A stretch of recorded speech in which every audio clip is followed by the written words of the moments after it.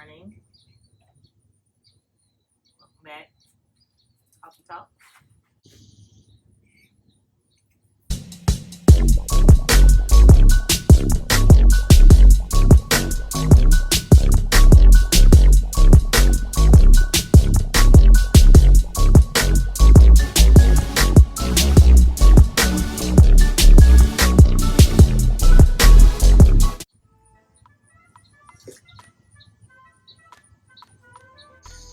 What topics are trending?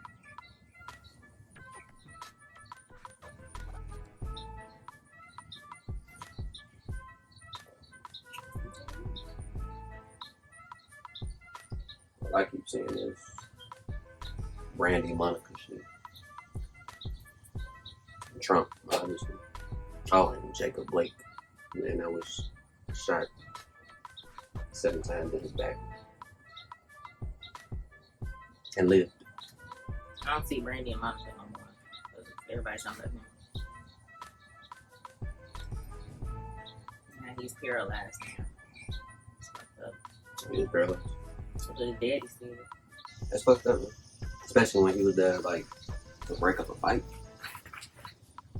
And he was walking away because of the police. They said he was relieved that the police had showed up. Like,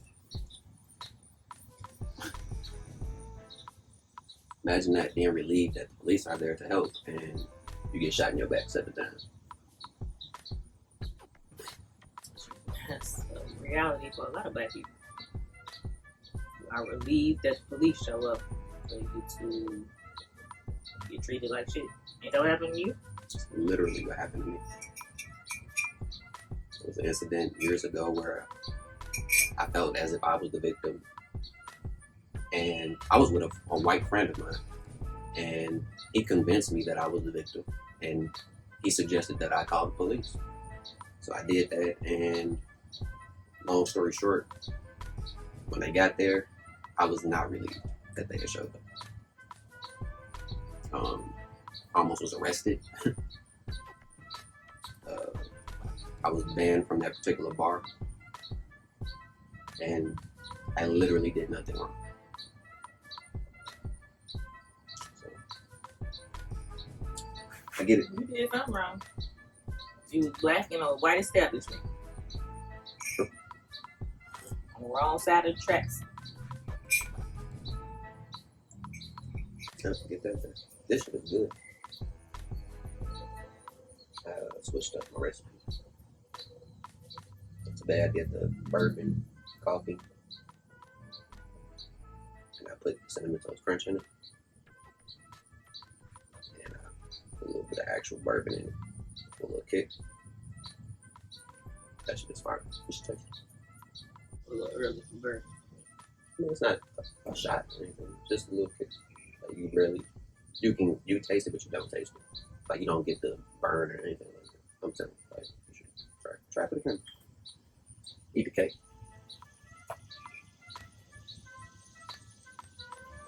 Not bad.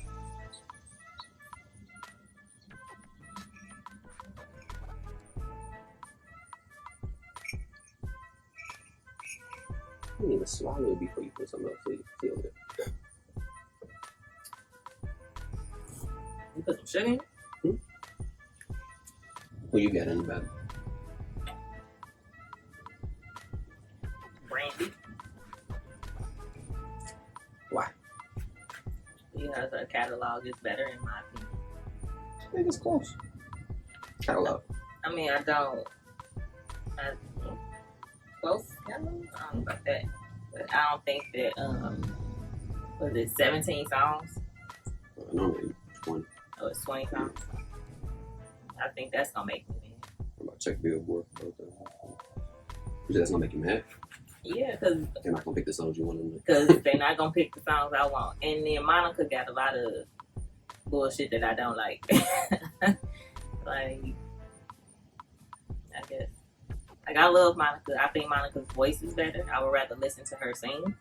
Definitely do. But the shit she be singing, I don't want to hear.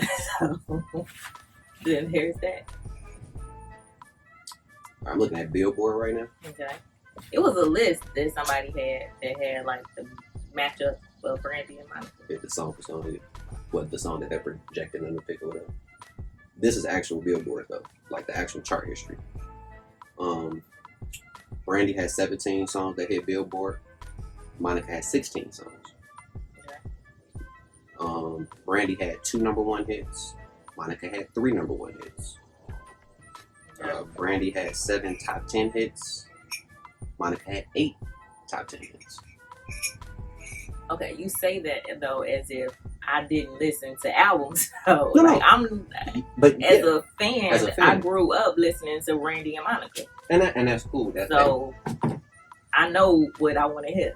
I know the whole albums, but at least the first 3 Brandy albums. So that was my shit.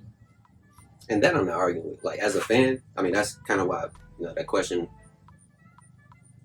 Even, I mean it's all a matter of opinion. You know what I'm saying? But I don't think that she clear cut has the better catalog. Okay. And based on that, Monica had more number 1 hits. What was the number 1 hits? They probably share one. They do. They share one. Because The Boy Is Mine is a timeless classic. Right. So that don't count. So the other one is Angela Mine. Okay. I like that song. That's the album. That was the last album that Monica caught me at. After that, I was 2. like... That's 2. She got one more. Hold on. After that album, she wasn't putting out nothing I wanted to hear no more. Like, she'd have a single on the radio, and I'm like, okay, that's cool, but the whole album, nah, she wasn't doing it for me. Her other number 1 hit was The First Night. That's the same album.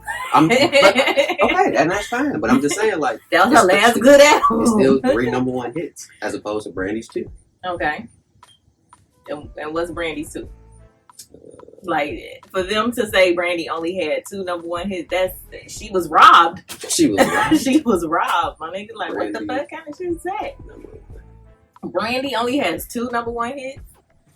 I tell you her number 1 hits. I want you to tell me what should have been another one of her number 1 hits. And you guys comment at the bottom and let us know if you agree with her and think that she got robbed. And she got robbed. We got The Boy Is Mine, obviously, and then Have You Ever. Have You Ever? Okay, that's it. That's it. That's her 2 number 1 hits, man. Okay. That woman was robbed. She had Baby that peaked at number 4. Baby peaked at number 4. Come on, man. Best Friend peaked at number 34. Come on, man. Almost Doesn't Count peaked at 16. These are different albums. I didn't go through all of Monica's though. Hold on. Let me go through all of Monica's then. To be fair, hold on. Let's name some other Monica joints.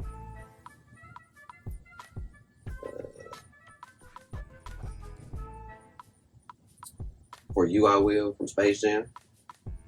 That was on the same album as those. That was on the Space Jam soundtrack. And it was also on her album that had First Night. So, yeah, I played the hell out of that. Don't Take It Personal. That peaked at number 2. Okay. That was her very first single. Hello. And that's the classic. Before You Walk Out of My Life. That was at on 7. That was on that same album as Don't Take It Personal. And that was classic. That's when she got on them church shoes. New Monica. Okay. So Gone. So Gone. So Gone is a classic. Peaked at number 10. Okay. Why I Love You So Much peaked at number 9. Okay. You Should Have Known Better peaked at 19. I think that's when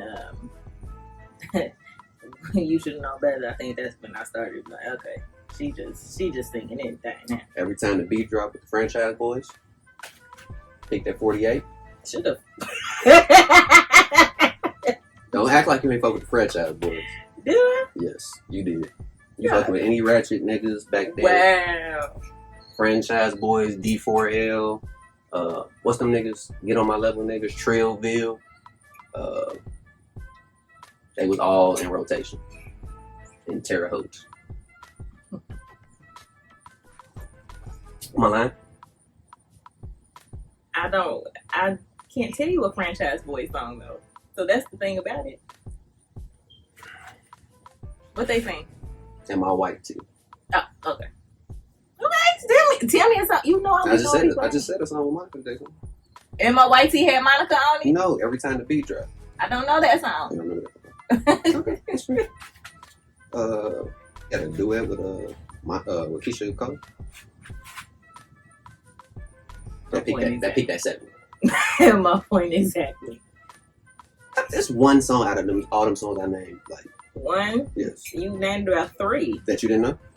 That either I didn't know or I don't fuck with. I was just okay. So let me go back to Brandy. I guess that white man didn't get them cats. They go one. So yeah, speaking of which, there's some weird people over here. Didn't want to say white people. Yeah, she's saying it. There's some weird people over here. Like it's a dude that walks around the neighborhood and he like sets traps for cats and he has a little net trying to catch like cats and shit.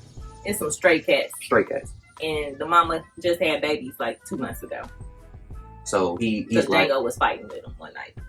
So he like literally, like one day I saw him I caught him in action and he was like, yeah, I'm just trying to stop these cats from having babies. Like he was killing them at first. But come to find out, like every time I see him, it's a cat around him. Like they a cat family. So I don't know if he's just collecting them. Like they got a whole house of cats. I don't know. This shit weird, cuz. When I say literally setting traps, like the cage traps that you touching it, shit drop. Like they got that shit set up in the neighborhood. Like I'd be like, what the fuck? I think it's gonna be close. I think it's gonna be close. I am definitely, like she said, I'm definitely more of a fan of Monica's voice. And I can also agree, I kind of appreciate Brandy's songs better. I think her songs were better written. But their catalog got close. She's saying it's no contest. Comment below, tell us what you think. And this is the first battle, I believe, at Tyler Perry Studios, which is dope to me. We recently went to Atlanta and actually got to visit Tyler Perry Studios. We didn't get to go on tour or anything because of COVID. But man, that's awesome, what he's doing down there, and for them to be hosting that battle there. Like that's cool. Hello, I appreciate the evolution of the Verzuz battles, because now I feel like Babyface and Teddy Riley need a duo, because you see everybody is in the studio together because of all the technical difficulties that niggas go through. Nelly had the same issue with him and Ludacris. Like, we spent so much time with, come on, man, let's get the Wi-Fi together. So which one is your favorite so far? My favorite was Nelly and Ludacris's Verzuz, and then right after that is Snoop and DMX. And DMX. I didn't think I was gonna appreciate Snoop and DMX as much as I did. Not because of DMX, because I love me some Earl. Like I used to think I was a pit bull in a skirt when I was in high school, but I didn't realize how much I really fuck with Uncle Snoop. Like I love Uncle Snoop. Like you grow up listening to these people, but then you don't realize how much, like, oh damn, I really be listening to these things. I think one of the most unique things about their battle though was they was the first ones in studio together, right? I think the second. But I think for me the most unique thing about their battle was how they balanced the competition with the just having fun. You know what I'm saying? Like other battles, it was either too much playing around or too much competition, in my opinion. Like that was the first one where they was like, They was here to compete, but at the same time, they was enjoying each other. They was vibing off each other. Like, they couldn't hold back. Like, Snoop couldn't hold back dancing to DMX. DMX out there rapping Snoop shit. Like, and I feel if Nelly and Luda were in the same building together, that would have happened because Nelly was all about that. Nelly was all about that. Nelly came there, and it's kind of it's infectious to be around someone like that when you're in the same room. Like Ludacris had control over his demeanor because he's in a whole studio by himself. He had control over his demeanor because he was sober, and Nelly came to the battle fucked up and ready to party. Luda came there to battle. It was clear. Like, that's what I'm talking about, having that balance. Like, he didn't have any balance to me. I felt like he was there to win. And I don't think that's really what the Verzuz is about. It's not really about winning, per se. It's for the culture to win. It's for the culture to win. Absolutely. We are supposed to be the ones that win. That's the whole purpose of it, in my opinion. But I would take a do-over of Nelly and Luda. And I would take a do-over of Babyface and Teddy Riley. Because everybody knows Teddy Riley that nigga. Facts. If you don't know, you need to Google it. Like, see how many songs he wrote for other people in. Yeah, how much shit he was a part of. Like, he wrote one of our favorite Michael Jackson songs. Him and Michael wrote it together. Yeah. Yesterday we were talking about the battles, and I brought up probably two. We brought up two white battles that piqued our interest. The first one was NSYNC versus the Backstreet Boys. Y'all know we've been doing NSYNC versus Backstreet Boys since time. Right, it's been a battle. It's been a battle for black people. I don't think white people been battling. No, I went to a predominantly white school. No better than me. Like, I went to the Dub. That's always been the thing. And as much as I love me some Backstreet Boys, I personally went out and bought NSYNC CDs. Okay, like, I love me some NSYNC. I would happily sit my ass down, watch NSYNC every song because I know all the songs to both of those groups. When they drop Gone, that shit. The other one was y'all tell me what y'all think, and it includes a member of NSYNC, Justin Timberlake versus Robin Thicke. Two culture vultures. Come on, man. It's true, but damn. But yeah, I think we both agree that Robin Thicke has the better voice. His voice is and not to say Justin doesn't have a great voice. They can both sing. They both can sing, but I feel like Robin's voice is more soulful. Like, I feel like Justin kind of forces his soulfulness, and Robin is just naturally a soulful singer. I don't know if he forces it, but because he didn't come out like that. I don't think his voice came like when he first came out in NSYNC. Like, it was more. Well, he came out as a child, so the evolution of your childhood voice to. So did what's his name? So did Robin Thicke. What's that video when he riding the bike? I can't think of the name of it. He wasn't a child. Justin Timberlake was on Mickey Mouse Club. Well, I'm talking about. I'm saying yeah, he was a child. That's true. Him and Britney Spears, they were children, like literal children. I'm talking about like when they were doing the NSYNC shit though. When they first started with the. I've always felt he had and that's probably why he appealed to a lot of black people. Well, NSYNC did, because they had a very soulful flair to their shit. Like, it was pop, but it had a very soulful foundation. You think other members in that group were soulful? Yes. Oh, JT. the one dude. Yes. JT is the only one. And honestly, I would rather listen to JT sing than JC sing than JT sing. So there's that, because I think his voice is better than Justin's as well. But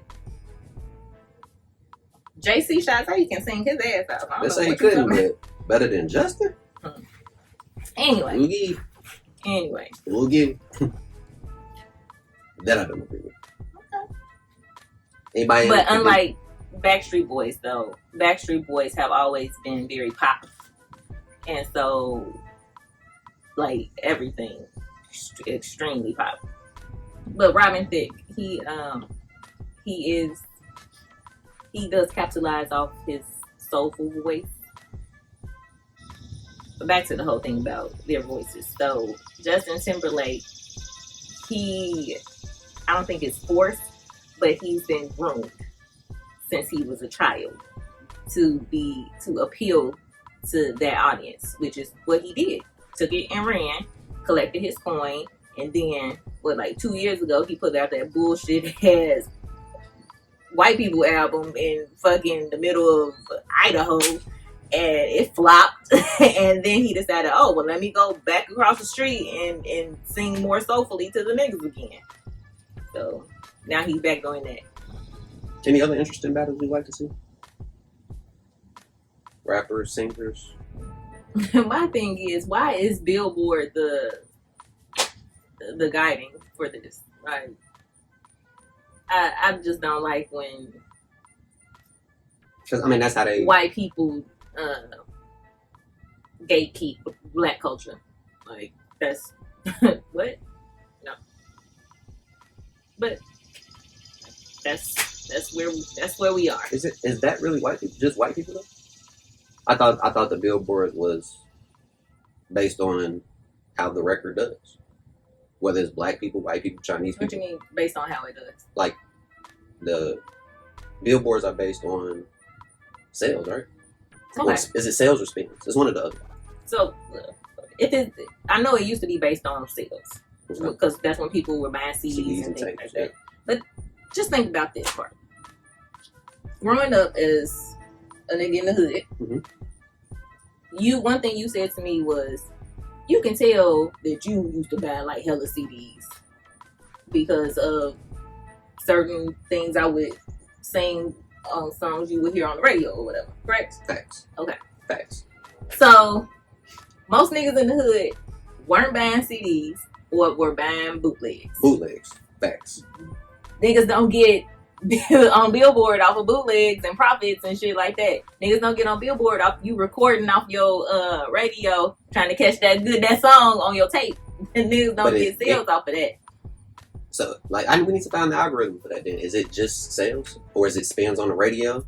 Because like okay. And then if it spins on the radio, think about how difficult it is, because you have your predominantly black radio stations, correct? Correct. But how many of those do you have in every city? We went to Arizona and we went through radio stations, and for me to find a radio station, I was like, fuck this, I kind of gave up. So then you have to think about, how is it that I can get my shit played on the white people station? Because a lot of the songs that we hear on GCI, you're not gonna hear on 96.3. So then that cuts down your spins. So yes, white people are gatekeeping. They're gatekeeping. If you're basing everything off of Billboard, they're gatekeeping black culture. Because I don't care if y'all like to admit it or not, but rap, hip hop, R&B, that's black culture. Oh, 100%. 1000%. I don't care how many white people y'all let in it.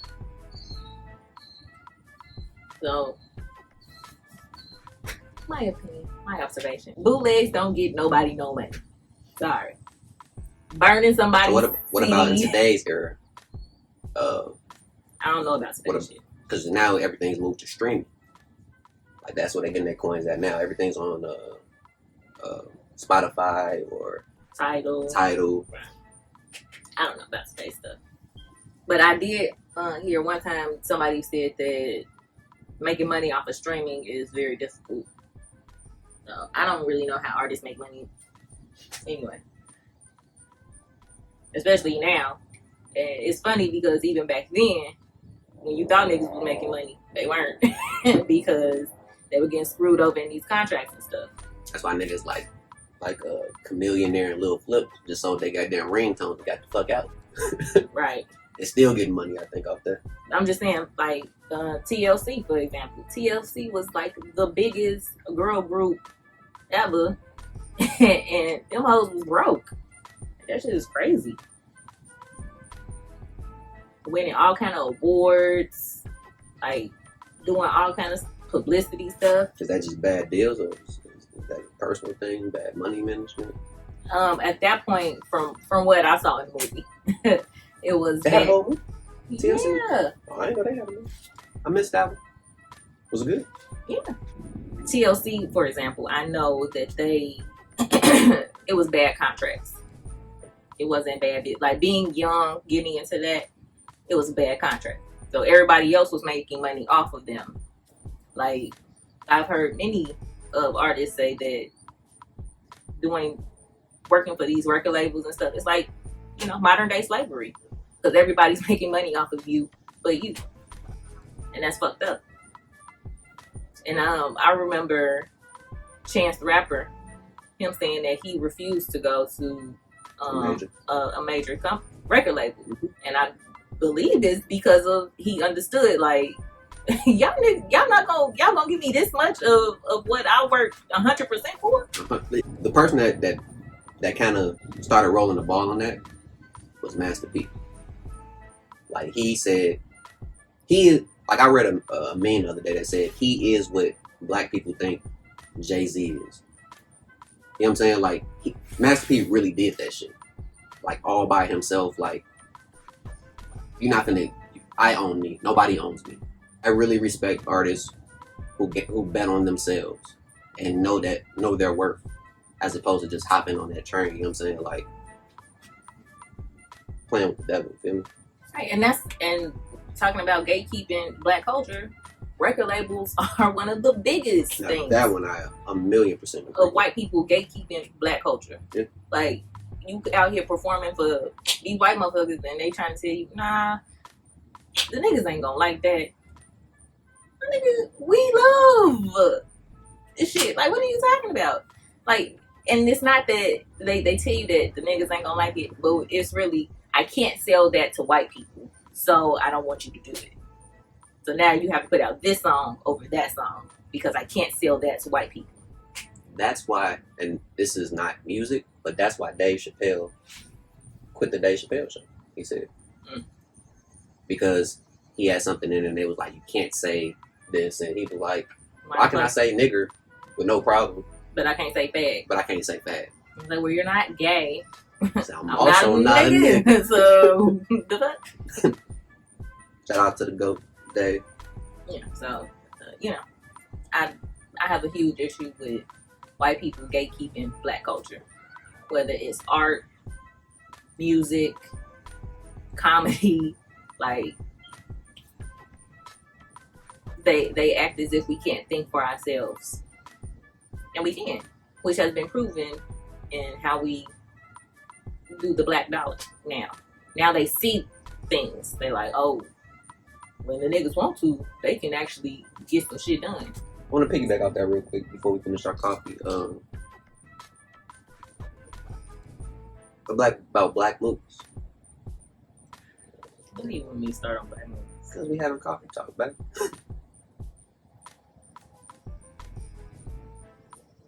The other night I went on a rant. That's why I brought this up, because I thought it was dope. The rant was dope and should be shared. So, at night I like to turn the TV. I go to sleep to the TV. So, I was going through all the streaming services. Hulu, Netflix, Prime, Sling, Disney Plus. Almost get stung by a bee. I went through all the streaming services and I couldn't find anything to watch. And so Aaron's like, oh, well, let me, I heard about this new show. Let's watch that. I'm like, okay. So he put it on. It's Lovecraft County or Country or something like that. It's a new show on HBO. Mm-hmm. And so it started off with homie in space, like saving a princess or something in space. And I'm like, bet. Hey, let's get it. And then homie wake up and he in the back of a bus in 1960 something. No, thank you. No, thank you. And then I'm like, well, let me see what this show about. Look it up. It's about all the sci-fi things that I love, but you also have to deal with the 1960s racism and all of that stuff. I'm over that. I don't want to watch no slave movies. I don't want to watch no civil rights movies, TV shows. Black people are so much more than slaves and sitting at the back of the bus. Like, why is that always in everything? And not just slaves, but gangsters, felons. Bruh. Like, we literally, right after we talked about this movie a little bit. We went through HBO on Amazon Prime. We went through and like every single movie for the most part was about either slaves, some racist civil bullshit, rights shit, or some gangster shit. Like when we say gangster shit is selling drugs, going to jail, like it's some niggas in the hood. Like it's never anything. Or your stereotypical black family, like somebody that's poor in poverty, a single black mother who's trying to make it work. And my thing is, that's not the story for all black people. Like, and that's not just the only type of movie that we want to see. Black people can create.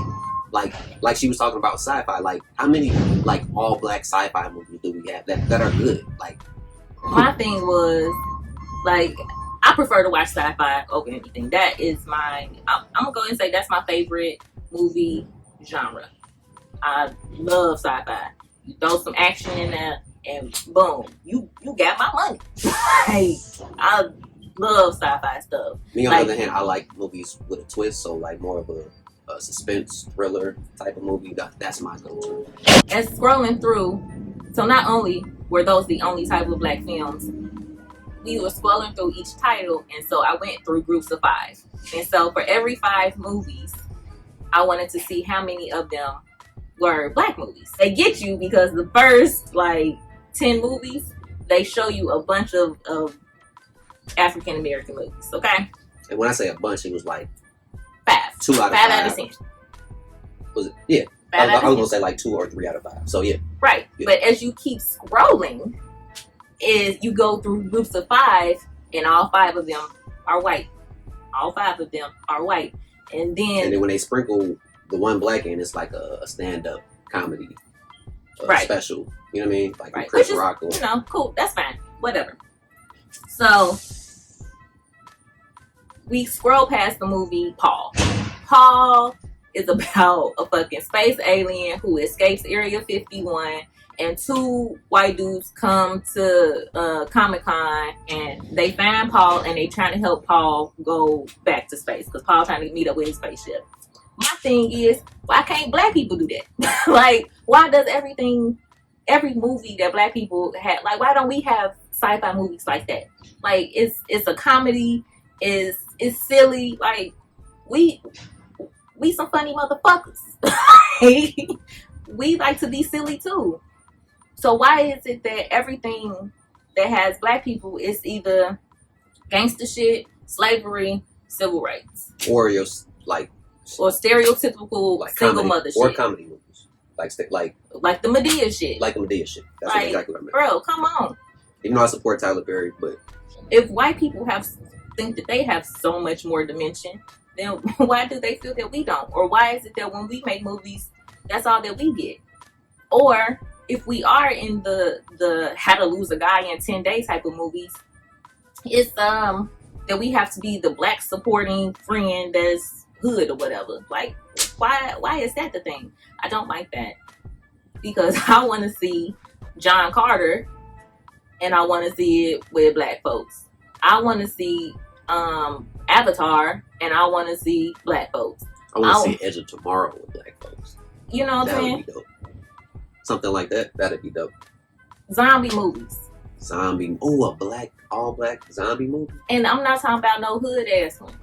But you know what I'm saying? Like, everything ain't got to be about the hood. I know Leprechauns from the Hood. Even though that one was good. We watched that recently. You ain't watched it in a while. Please go watch that. I'm just saying, like, black people, we are so much more, and we provide so much more culture to this world. But I think a lot of that, though, I'm sorry to cut you off, but I think a lot of that, though, is us like settling. Like, we settle. We do settle. We settle because it's the whole "mama, we made it" thing. Yeah. So it's like, oh, these white people gonna give me this, so I've made it. So yeah, Okay, I'll be the fucking bad cop in the movie. I'll be this, that, and the other. Like, okay. But that ain't the shit that I want to see. So, like, yeah, everybody's like, oh, Lovecraft County or country is good. It might be, but I don't want to deal with the whole racism thing. I want to enjoy. I know exactly what she's about to say. Umbrella Academy. Umbrella Academy. Yes. I knew loved Umbrella Academy. Like, that was my shit. I couldn't wait for season 2. Season 2 show up. Now I gotta sit through a whole bunch of fucking 1960 bullshit. Why?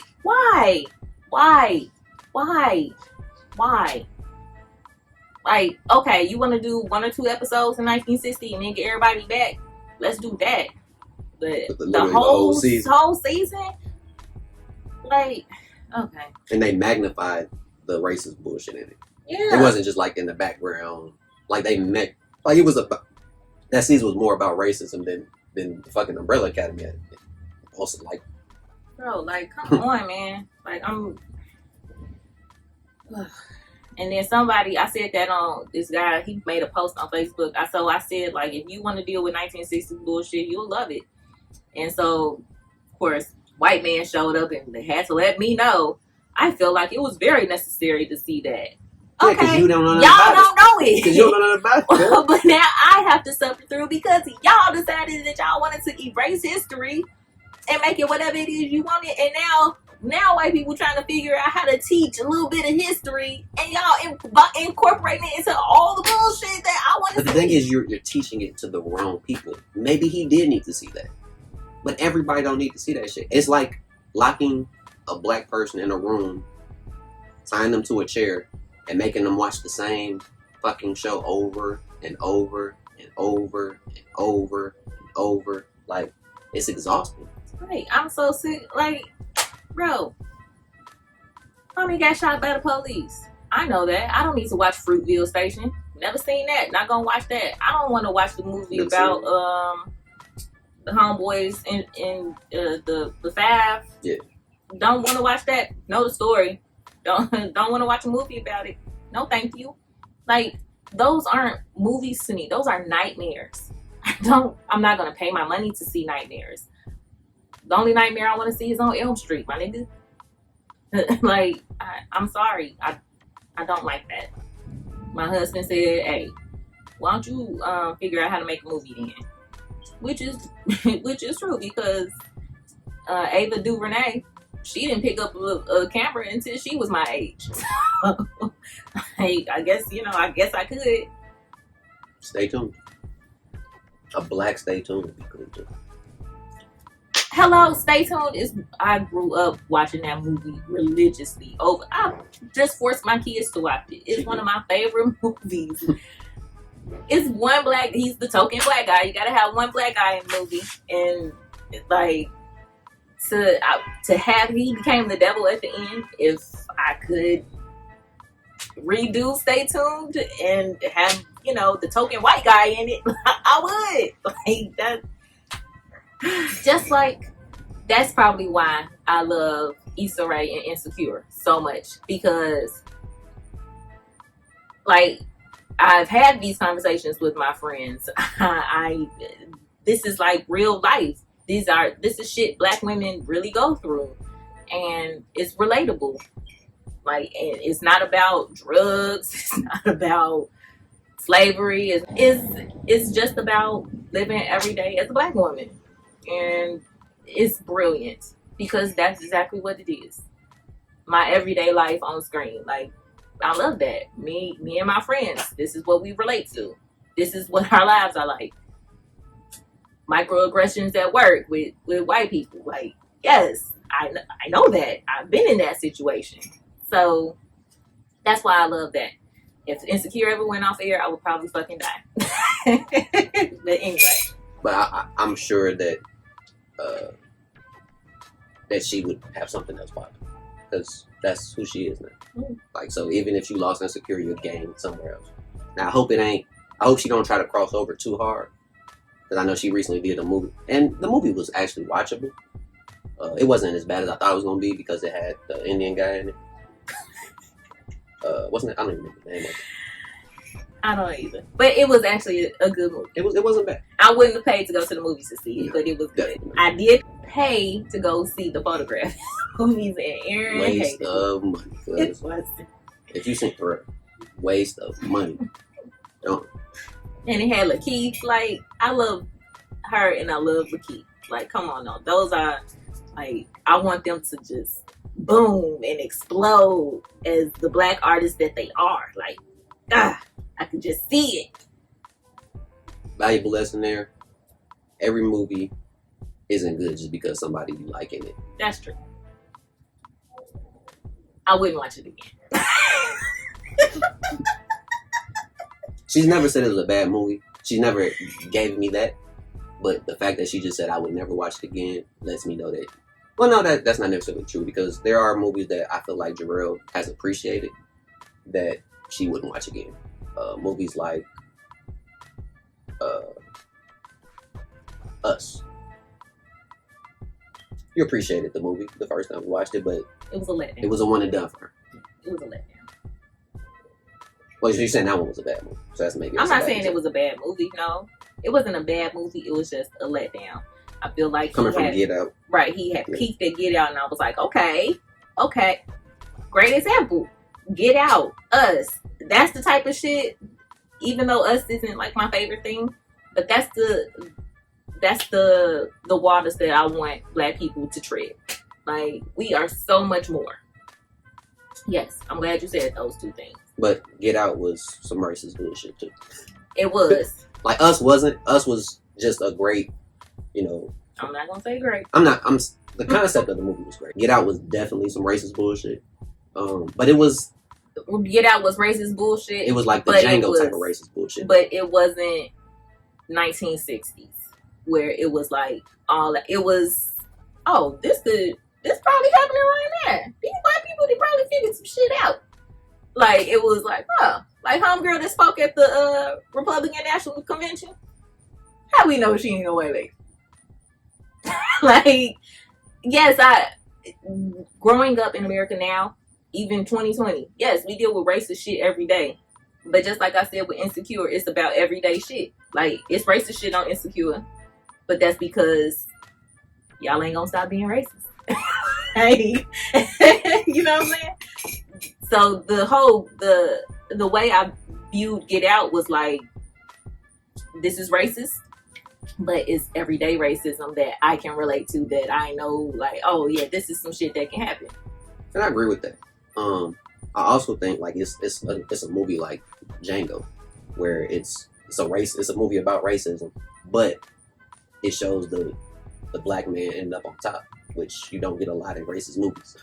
True. You know what I'm saying? So that's why for me it's watchable and rewatchable. Like, I've watched Get Out plenty of times. I've watched Django a million times.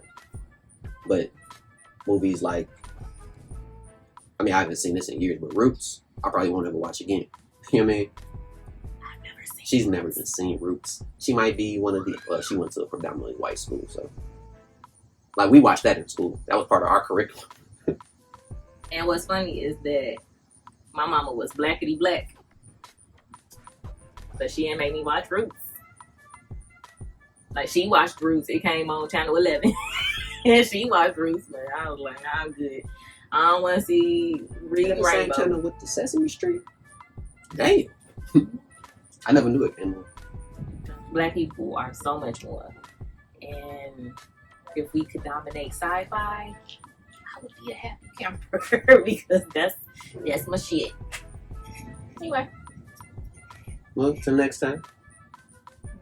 See y'all later.